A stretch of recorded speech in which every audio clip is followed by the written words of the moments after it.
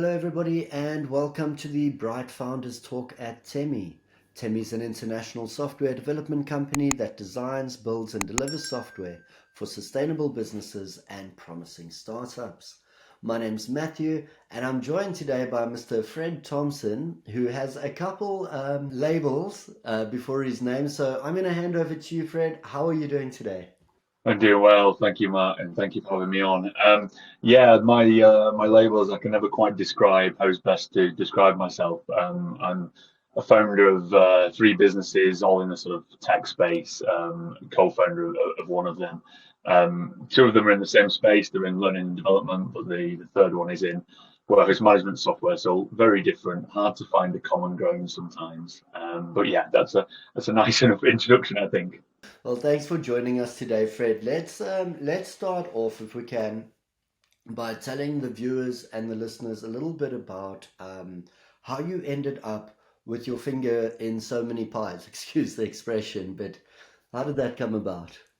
Yeah, well, it's always an interesting question, and you do sort of look back and think, how did I end up here? And I never really probably planned to have this number of businesses as I went. But my background was software development. It always has been. I was a developer by trade, really. I mean, we're going back. I always think when people say they know what they were doing at 6 or 7 years old, it was always that kind of age for me. But I'm never quite sure how accurately it was that I started. But I was always tinkering around with software. Went to college, basically completed that college and just got drafted straight into a job from there. Actually skipped the university standpoint. And the way that that first job rolled was in learning and development. So it was in the space that I'm still in today. And the way they set it up was around I had to have a company. It was had to be effectively a limited company in order to work for this business. And so from that very, very early start, I'd already set up to be a business, in essence, albeit a business of one, of a freelancer like myself. And then essentially, like this always sort of tends to happen, it's just a case of people get a bit busier. You know, people like what you do, you're doing a good job, you like what you're doing anyway yourself, which is always my world. And then it grew, and took our first staff member on, first employee, and then it just kind of grew from there. And we're still not massive across the business, across the build entire business, sort of 20 people. It's not enormous, but during that process, then a friend of mine who I went to school with, we re-met up on a stag do, and he was telling me all about how warehouse management software is terribly dated, is fraught with that kind of old school 80s approach. And I was telling him about how I build great tech and great software, and we said, okay, let's do that. And then even though at this point I had a perfectly fine, successful business with teams of people working on the projects, I found myself in the evenings, still tinkering away, building this warehouse management software product as well. At the time, he was in Australia, so we were trying to work crazy time zones and things like that. And then that formed into something as well. It just, we grew customers and they liked what we were doing. It was a brand new, from the ground up build from our side. And essentially, the businesses have driven from that. It's been driven from spotting a gap and sort of saying, okay, we're quite good at this, we can build that, sticking with it. And I can't stress that enough. The sticking with things like this is always key. And it's always nice to look back and think, okay, we're here now, but I couldn't have ever said I planned to do half the things I've done, I guess, throughout. So that's a brief synopsis, I think, of how we've got here, at least. Fantastic. I had to have a chuckle just now. It's a very British thing to say. Met up at a stag do and built some business from there. It is, and you know what? The Britishness as well gets me a little bit, because when you said about the start, about the introduction of myself, and you sort of say, how do you want to be known? Realistically and truthfully, what I am is a serial entrepreneur. I've done it multiple times. I've built from scratch. I've built products. I've sold them. We've made businesses. I just don't like the phrase. It's just very, in my mind, like it's very stateside, it's very American, it's sort of embellished, and we're British and we sort of go, oh, okay, I don't want to say how it sounds too good to sort of say that sort of thing. So that's probably truthfully what I should be described as. But yeah, the Britishness always takes hold. That's fantastic. So it sounds like you like the process, finding the gaps, developing a solution, implementing it, and you've done this a couple times. Are your companies all then related to each other? Are they within a similar sort of field? Have they got a wide scope between them? Some are, some aren't. So Build Empire and Thirst are related in that Thirst realistically started life as being a product of Build Empires. Again, we at Build Empire we build learning and development platforms, but really bespoke kind of niche solutions to that. Thirst was an attempt to say, okay, we have some customers who come to us who don't need that bespoke consultancy service. They need a bit more of an off-the-shelf product. And whilst there are alternatives out there, it was a case of actually spotting, certain things around ensuring the engagement was really high, promoting things like social knowledge sharing, etc. So then we built that product and then that spun out into its own business. So that they're sort of related in that space. Claris, the WMS, is a different thing again. They do share a lot of commonalities though. So we used to share some development, personnel across the board. Now they all run separately. But we tend to hire similar people. We can share a bit of that knowledge. We can share a bit about process and how we like to do it. I will even bring things about marketing across the businesses as well. Something I'm seeing working over here, I'll bring across there. So there is certainly an advantage to doing it multiple times, even if the sectors are not exactly the same. There's still a lot of reusable sort of knowledge there. I like that you've got a couple of them together. It's like they say when you're having children, have a few in case some of them don't turn out like they should. And if some of them are doing well, you can push the example down to the others. To Well, the that others. it's an interesting one as Now, well, that Matt, from my side, because one of the things I'm often asked on the start of business side is, how have you gone about doing that? How do you kind of sleep at night knowing there's this much of a wage, a payroll, and you've got these kind of people's lives in your hands and things like that. And I think what stops a lot of people from starting businesses is that fear of failure. And often I'm kind of looking at it and saying, well, what is actually the failure part, other than the face of it, other than your friends or your colleagues sort of saying, "Oh, I said it wouldn't work," and etc. If you sort of bypass that, generally, if you know what you're doing, the actual risk to you is quite slim, because you might put the money in, you might put the effort and time in, but if it goes wrong, you can then pick yourself up. You can go get your similar job that you had back again, and you can carry on working as you were, and then try it again. And many entrepreneurs will say the main way they learn everything, and the reason why they're successful, is because they've had so many failures previously. And we've built products and they've not done great, and we've moved them on and tried again, and then we learn from that, we figure out what we did wrong, and we improve it next time. So yeah, I think there's a lot to be said around that like you said, about having multiple things on the go at the same time, because inevitably they're not all going to work out, and that's fine. And how do you, like, obviously, the next natural question would be then, how do you find time for everything else in life? Well, we've got great teams in. Let's start there. Our businesses. I mean, I'm heavily involved in some of the businesses more than others now, but I mean, we've got longer term people in there who've shared the vision, understand where we're going, and a lot of the businesses can just run realistically without me for a period of time, which is ideally where you want to be.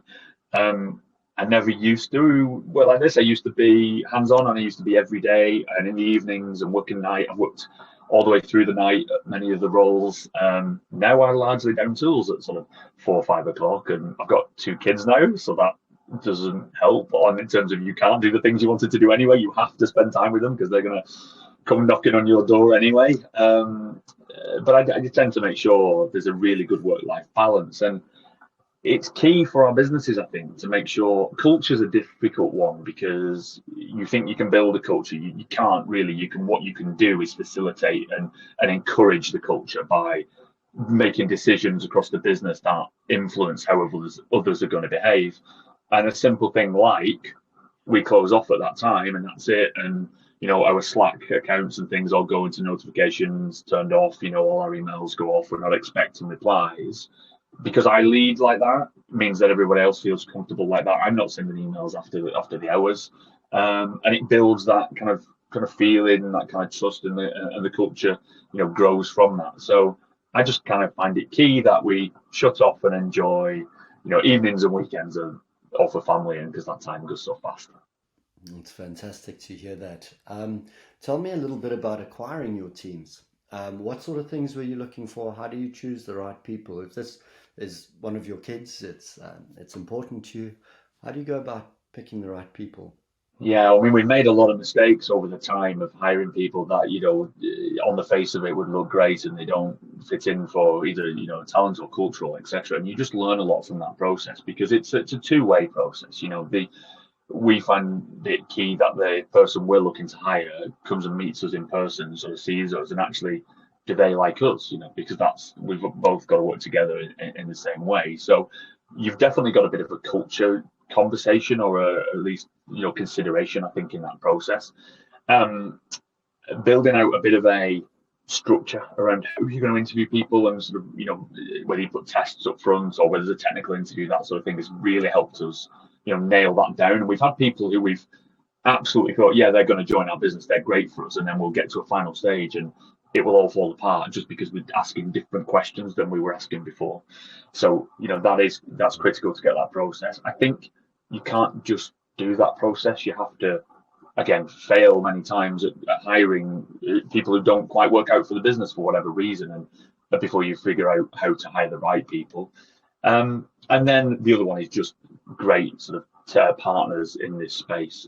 To find the people who consistently understand your business and can go and find the candidates who are going to work really well in your organization, and that the organization is going to work for them.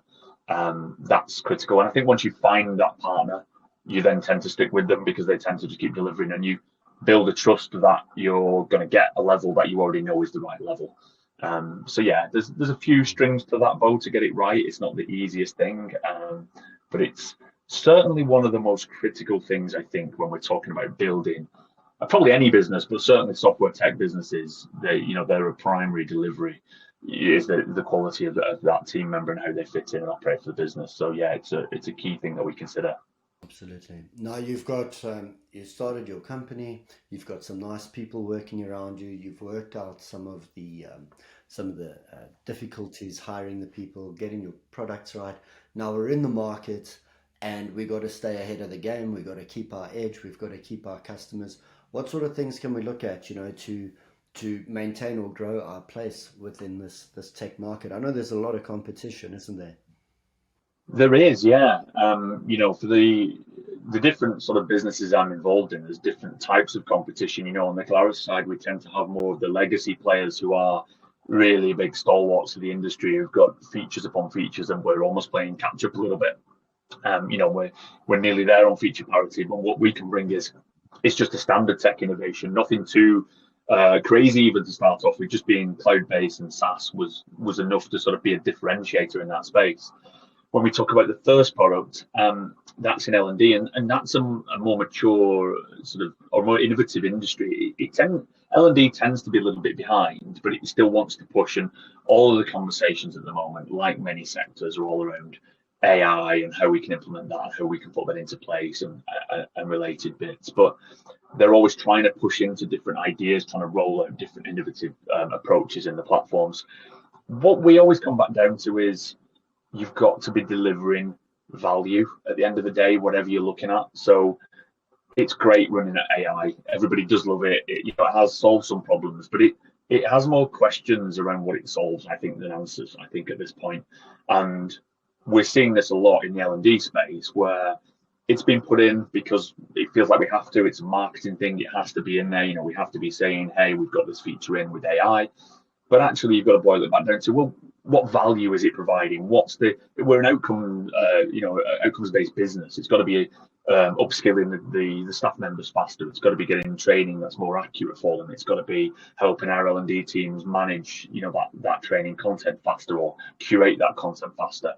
So we've got to sort of map that back. So that's really how we stay ahead. It's a case of identify the problems, like the bits that actually take our teams, our employees, our customers, etc., time. And then trying to think of a way that we can utilize technology. Sometimes it doesn't even have to be a total technological solution, but it's just trying to work a way around it. And that's, you start thinking, how did I live without this before? And that's the challenge. Claris is putting more and more integrations in place. Again, they're quite a simple structure and approach, but we're integrating now with ERPs and order management systems and transport management systems. So, all of a sudden you've got one size fits all. It just integrates and pulls all the order data in and sends all the transport data out. And that's solving problems. It's meaning you don't have to think about that side. And it's quite a simplistic approach, but actually what it solves is a lot larger than that. So that's how we stay ahead, I think. Now, one thing I must ask, thinking about all the different moving parts here, you've got three really big responsibilities from what I can see, and there'll be things happening in all three of them at the same time. Who gets priority at the moment if something goes wrong? How do you figure out who to deal with first?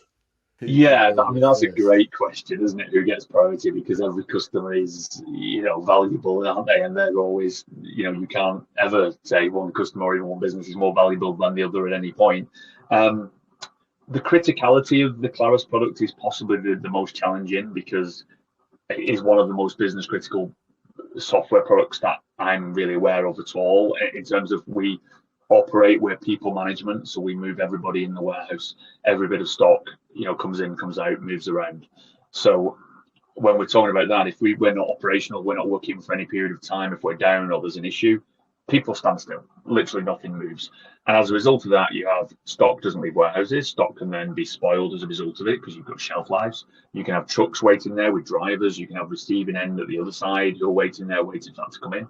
You can ultimately have, no bread on the shelves of supermarkets, as a result of our downtime in that platform. That tends not to happen. It's great, but it's so business critical that when it does that, we do have to jump on that fast. But we put a lot of structure, a lot of process, a lot of technological solutions to that to make sure it's not an issue and it's not a commonality at all. That's probably the way I'd focus and prioritize. The only other thing is if the businesses are in the different statuses in terms of how mature they are and the people we have in the roles and positions. So quite often, if there are problems equally in a Build Empire business, for instance, it's generally got the people in place that I'm probably the last person who can help. In many cases, there's a lot of people more talented before me who can solve the problem a lot faster. The prioritization is always a struggle. I do definitely need less on, but yeah, it continues to be fun, which is the main bit. Are there any more projects looking ahead? Or is three enough? Is three the magic number, or are you going to try and squeeze a couple more in? I thought about buying a business, I think it was last week, because I really like this business that we work with. And then I thought, oh no, I need to stop thinking like this. This is not what I need right now. Who knows? At this point, there's not. We're working through them. Everything feels really early in my mind still. I mean, Build Empire as a business has been going 20 years, and thank you. No, you're right. I don't look like it should have been going 20 years, but if you don't say it, I'll say it. But still on the Claris side, I think we've only really been sort of operational for maybe 4 or 5. As a business, probably 8 or 9. It's not that old still, realistically. So there's a lot of movement of what we can do in our space and our businesses now without needing to look further afield. I think we've natural movements in all the products and platforms we have in terms of what we can branch into, other problems we can solve. Once we think we've nailed what we're currently trying to do. But yeah, at this point in time, there's enough to do, let's say, to not need to seek more. It's fantastic. Is there anything I might have forgotten, or anything you think you'd like to mention to our viewers regarding Build Empire Thirst? Yeah, I don't know. I think when we talk about the businesses and the real reasons why I think we've done so well over the period of time that we've done, and I think if you are coming at it from a standpoint of starting a business or a startup or a budding entrepreneur, and we've talked a little bit about just going for it. In many cases, it's that fear of failure, and once you kind of remove that, you're okay. I think you've got to put a few things in place. I think you've got to love what you're doing before you start doing it. So whatever the business is you're sort of growing or starting, I think it helps if you really care about that thing beforehand. I was always loving software development. It didn't really matter to me what type of software I built, but I love software development, which made it easy, and it made it easy to spend my extra hours doing the thing that I loved. So I think that's always important. I think when you get to a point that you can actually scale, I think be aware that you should always try. And it's easier to say, and it's probably harder to execute. But try and make sure you're always hiring the smarter people than you at all points. You want to have an aim to really be, the worst in the room in that regard. The one who doesn't know the answers, because they're the people who ultimately drive your business forward. You've got to be knowledgeable that you can't do everything. You have to delegate. You can drive strategy, you can drive approach, you can sort of encourage culture. But yeah, just trusting the people and putting them into place. I think they're really good approaches that you can take going forward. And then make sure you just sort of try and follow a really decent process across the board. So this is everything from, your customers. Make sure you're trying to look after them at all points, answering the phone to them. If something goes wrong, answer the phone and tell them it's gone wrong. You've got to be honest and stand up, and you'll come out a lot better at the other side. Your customers will stay with you for longer. It's the same with your staff members. Treat them like adults. Don't watch what they're doing on the computer systems. Make sure they can take the hour off if they want, going for a run in the middle of the day, because they'll pay dividends later. Just put these processes, these structures in place that enable it. And yeah, that combination really, I think, has set us up well. I didn't know all this when I started. It's only from going through it over the years and trying to build these teams. But if we stick to them kind of principles, I think you'll have a successful business, in my opinion. I like that. And I especially like the fact that you're talking about tech industries that answer the telephone. I can't stand talking to a machine. So, if we're doing business and I phone you and there's a human being on the other side, I'll be quite happy with that. Yes, indeed. I mean, in some of the businesses, some of our customers have mobile phone numbers, still to this day. And I think it's a hangover of when we were small, but equally, we're still answering the phone. That happens from our side. We're still on board. And like I said, you've got to go wrong, and they do in technology. You do get these things wrong. You can put the best systems in place, which is what we do, but they can still go wrong. It's more about how you react. It's more about, right, what are you going to do to make sure it doesn't happen again? What are you doing to turn it around for your customers? How quickly can you change the script, as it were? So yeah, they're good tactics. I think you've just got to accept that. Not get too hung up. It is only work. It is only a job at the end of the day, whatever you're doing. And you just got to make sure you treat people right, I think, and it holds out. Terrific. So, last one for you then. Inspirational phrase. I'm going to write it on your bedroom wall. You have to wake up every day, see it. There's no avoiding it. What does it say? Oh God, you've caught me off guard with that question. I wasn't expecting that. I think my father used to tell me, and he's still around. I was talking about him like he's not here, and he's still around. He just doesn't tell me anymore. But my father used to tell me that, what were you panicking about or stressing about this time last year? And if you ask anybody that question, with the odd exceptions, you generally can't remember. You don't know what it was. It's not in your mind anymore. It's been solved. And as soon as you think like that, you think, oh, okay, whatever you're dealing with today, how stressful, if something's gone wrong technologically, your customers on your case, financially, whatever that might be. Generally, if you think a year ahead, you'll look back to today, you'll probably not remember it because you'll have solved it. You'll come out of that solution. So, yeah, I think it would be less a phrase. It would be more a question of, what were you panicking about this time last year? And it sets the precedent then for how your mindset is for today. I really like that, Fred. Thank you. That's nice. Where can our viewers find you if they're interested in finding out more about your businesses? Yeah, well, I'm on LinkedIn most actively, so I'm on there. I think I'm Fred Thompson on there. I think I'm Fred-Thompson at LinkedIn.com. I'm sure we can share the details. The businesses are buildempire.co.uk, Thirst.io, and claruswms.co.uk. But largely, if our marketing gets it right, we'll probably find you before you find us. But that'll be the case. But yeah, certainly reach out if I can help. I quite often think that entrepreneurship is a bit of a lonely world. You'd think there'd be a lot of people to help and a lot of people to ask questions to, and there tends not to be. So I'm always all ears on the same way round. If anybody has questions, for my journey or anything I can help with, please do get in touch and ask a simple question, because I don't believe I had that many resources when I was starting out. So I think it'd be always nice to try and feed that back and improve on that. Fred, thank you so much again for your time today. Really enjoyed it, had a good laugh with you, and we wish you all the best for the future. Excellent. Thank you very much. It's been a pleasure. Cheers, Matt. Thanks.